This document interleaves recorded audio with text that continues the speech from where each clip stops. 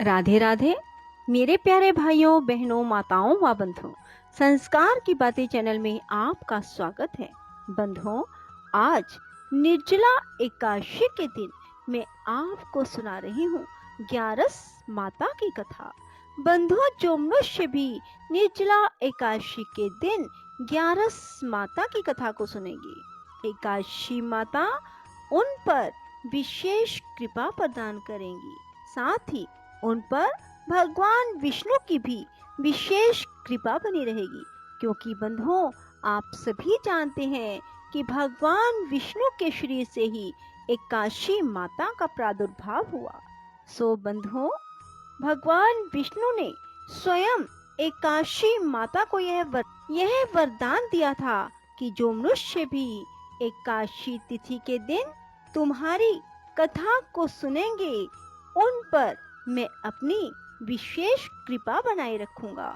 सो बंधुओं, सभी मनुष्यों को एकादशी तिथि के दिन ग्यारस माता की कथा को अवश्य सुनना चाहिए। उनके घर में सदा ही रिद्धि सिद्धि का स्थायी वास रहेगा।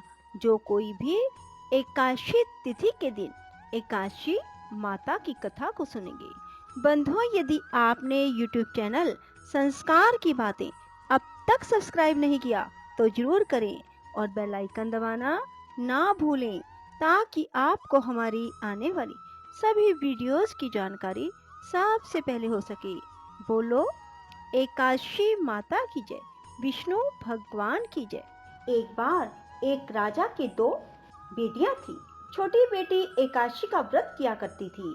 हर कोई छोटी बेटी की प्रशंसा किया करता था और बड़ी बहन छोटी बहन से ईर्ष्या करती थी। एक बार पड़ोसी राजा का बेटा बड़ी बेटी को देखने आया, लेकिन उसे बड़ी बेटी की जगह छोटी बेटी पसंद आ गई। राजा की छोटी बेटी अब बड़ी बहन छोटी बहन से और भी चिढ़ने लगती है। वह छोटी बहन को मारने के नए नए तरीके अपनाती रहती है। एक बार वह लड्डू में जहर मिलाकर उसे खिलाने की कोशिश करती है और एक बार वह मटके में जहरीला सांप रखकर छोटी बहन के कमरे में रख देती है। एक बार छोटी बहन को पनघट पर पानी भरने के लिए ले जाती है और धोखे से कुएं में धक्का दे देती है, पर हर बार ग्यारस माता उसे बचा लेती है, क्योंकि वह ग्यारस माता की व्रत किया करती थी। बड़ी बहन बहुत परेशान हो गई कि यह तो किसी भी तरह नहीं मरती। तब एक दिन बड़ी बहन छोटी बहन से बोली, मेरी प्यारी बहन, भगवान ने हम सब की मृत्यु किसी न किसी तरह लिखी है। क्या तुम्हें पता है कि तुम्हारी मृत्यु कैसे होगी? बड़ी बहन बहुत सीधी थी। छोटी बहन बहुत सीधी थी। वह बोली, मेरी मृत्यु मेरे पालतू तोते व तोते के गले में जो हार है उसमें अटकी हुई है। यदि कोई मेरे तोते को मारकर उस हार को लेकर पहन ले तो मैं मूर्छित हो जाऊंगी, और फिर उस हार को उतार कर कहीं रख दे तो मैं जीवित हो जाऊंगी। उस रात छोटी बहन अपने पिता के पास गई और बोली, पिताजी, मुझे शक है, यदि मैं मर जाऊं तो आप मुझे जलाना नहीं, आप मुझे हमारे पुराने महल के कुएं के पास झोपड़ी बनाकर खाट पर सुला देना। राजा बोले, बेटी, तुम ऐसा क्यों बोल रही हो? 2-3 दिन बाद तो तुम्हारी शादी है। तब छोटी बेटी बोली, पिताजी, समय का कोई भरोसा नहीं। इस तरह शादी वाला दिन भी आ गया। शादी वाले दिन बड़ी बहन छोटी बहन के पालतू तोते को ढूंढती है, पर वह उसे कहीं नहीं मिलता। तभी दरवाजे पर बारात आ जाती है। वरमाला का कार्य संपन्न हो जाता है। फेरों की रस्म शुरू हो जाती है। उधर बड़ी बहन तोते को ढूंढ लेती है और वह उस तोते को मार देती है। वहीं छोटी बहन के 3.5 फेरे राजकुमार के साथ पूरे हो जाते हैं। तभी छोटी बहन मूर्छित होकर गिर जाती है। उधर बड़ी बहन तोते के हार को खुद पहन लेती है। तब फेरों में सभी घबरा जाते हैं। सभी बारातियों में हलचल मच जाती है कि राजकुमारी को क्या हुआ। सब डर जाते हैं। तब राजा वैद्य हकीमों को बुलाते हैं। छोटी राजकुमारी को महल में ले जाकर लिटा दिया जाता है। वैद्य और हकीम राजा से कहते हैं, राजकुमारी ना मरी है ना जीवित है, हमने ऐसा पहली बार देखा है। तब राजा उनसे कहते हैं, बाहर जाकर बोलना कि राजकुमारी बेहोश है, अभी थोड़ी देर में ठीक हो जाएगी। यदि तुम ऐसा नहीं कहोगे तो मैं तुम्हें फांसी दे दूंगा। बेचारे वैद्य हकीम राजा के कहे अनुसार बोल देते हैं। तभी बड़ी बेटी आती है और कहती है, पिताजी, मुझे छोटी बहन के मरने का बहुत दुख है। उससे ज्यादा दुख मुझे आपकी इज्जत का है, जो कि खराब हो जाएगी। आप ऐसा करो कि मेरी शादी राजकुमार के साथ कर दो, तब सब ठीक हो जाएगा, आपकी इज्जत भी रह जाएगी। तब राजा को यही ठीक लगा और राजा ने छोटी बेटी के कपड़े पहनाकर बड़ी राजकुमारी को फेरों में बिठा दिया। पर राजकुमार ने मना कर दिया, कहा कि यह मेरी पत्नी नहीं है। मेरी पत्नी जब बोलती है तो उसके मुंह से फूल झड़ते हैं। लेकिन सबने समझा बुझाकर उससे 3.5 फेरे लगवा दिए। बड़ी राजकुमारी ससुराल आई तो राजकुमार ना तो उससे बात करते थे, ना उसके हाथ से पानी पीते थे, ना ही उसके हाथ का बनाया हुआ खाना खाते थे। राजकुमार ने मन ही मन सोचा, मैं पता लगा कर रहूंगा कि मेरी पत्नी के साथ क्या हुआ। एक दिन राजकुमार दुखी मन से घोड़े पर बैठकर जा रहे थे कि घोड़ा वहीं जाकर रुका जहां राजकुमारी की अधमरी लाश को रखा गया था। राजकुमार ने मन ही मन सोचा कि घोड़ा यहाँ किस कारण से रुका है, कोई तो वजह है जो यहाँ घोड़ा रुक रहा है। तब राजकुमार घोड़े से उतरकर पुराने महल में गए। वहाँ एक चौकीदार था। राजा ने पूछा, यह महल किसका है? तब चौकीदार ने बताया कि यह महल किसका है। तब राजकुमार समझ गए कि यह पुराना महल तो उसके ससुर का ही है। वहाँ खाट पर कौन सो रहा है? राजकुमार ने चौकीदार से पूछा। तब चौकीदार कहने लगा कि यह राजा की छोटी बेटी है जो शादी वाले दिन अधमरी हो गई थी। तब राजकुमार ने कहा कि यह तो मेरी पत्नी है, इसके साथ मैंने 3.5 फेरे लिए थे। तब राजकुमार ने चौकीदार से कहा, तुम किसी को ना बताना कि मैं यहाँ आया हूँ, मैं तुम्हें मुंह मांगी रकम दूंगा। चौकीदार ने हाँ कर दी और राजकुमार खाट के पास गया और बचे हुए 3.5 फेरे खाट के साथ ले लिए। राजकुमार उस दिन वहीं पर रहा और रात को भी वहीं रहा। छोटी रानी रात को खड़ी हो गई। उसने अपने पास अपने पति को देखा तो वह बहुत रोई। राजकुमार ने पूछा, बड़ी अजीब बात है, तुम शादी वाले दिन मूर्छित क्यों हो गई? तुम्हारे पिता ने मेरी शादी तुम्हारी बड़ी बहन से क्यों करवा दी, जबकि मैंने तुम्हारी बड़ी बहन को स्वीकार भी नहीं किया? तब तुम मुझे पूरी बात बताओ। तुम दिन भर तो मूर्छित थी, अब रात को जीवित कैसे हो गई? इसका भी राज बताओ। तब राजकुमारी ने अपने पति को तोते और हार वाली सारी बात बताई।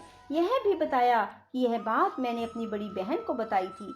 एक बार मेरी बड़ी बहन ने मुझसे मेरी मृत्यु का उपाय पूछा, तब मैंने उसे पूरी बात बताई।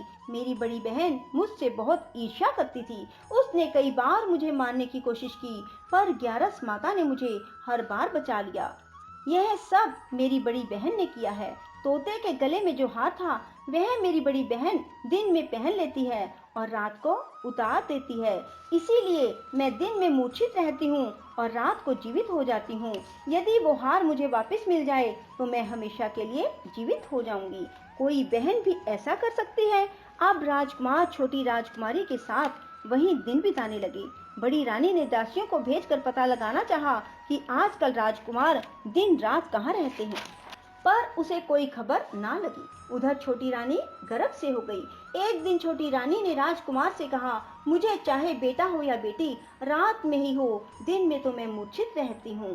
पर एक दिन राजकुमार को किसी काम से बाहर जाना पड़ा और तभी राजकुमारी प्रसव से हो गई। तब उसने ग्यारस माता को याद किया। तब ग्यारस माता स्वयं आकर उसका प्रसव करवाती है। उसके सुंदर पुत्र पैदा होता है। तभी वहाँ राजकुमार आ जाते हैं। उसने भी ग्यारस माता के दर्शन किए। ग्यारस माता बोली, ये मेरी परम भगत है, और बोली, जब तुम्हारा बेटा 5 वर्ष का हो जाए तब तुम इसे अपनी पत्नी का हार लाकर पहना देना। देखते ही देखते कुंवर 5 वर्ष का हो गया।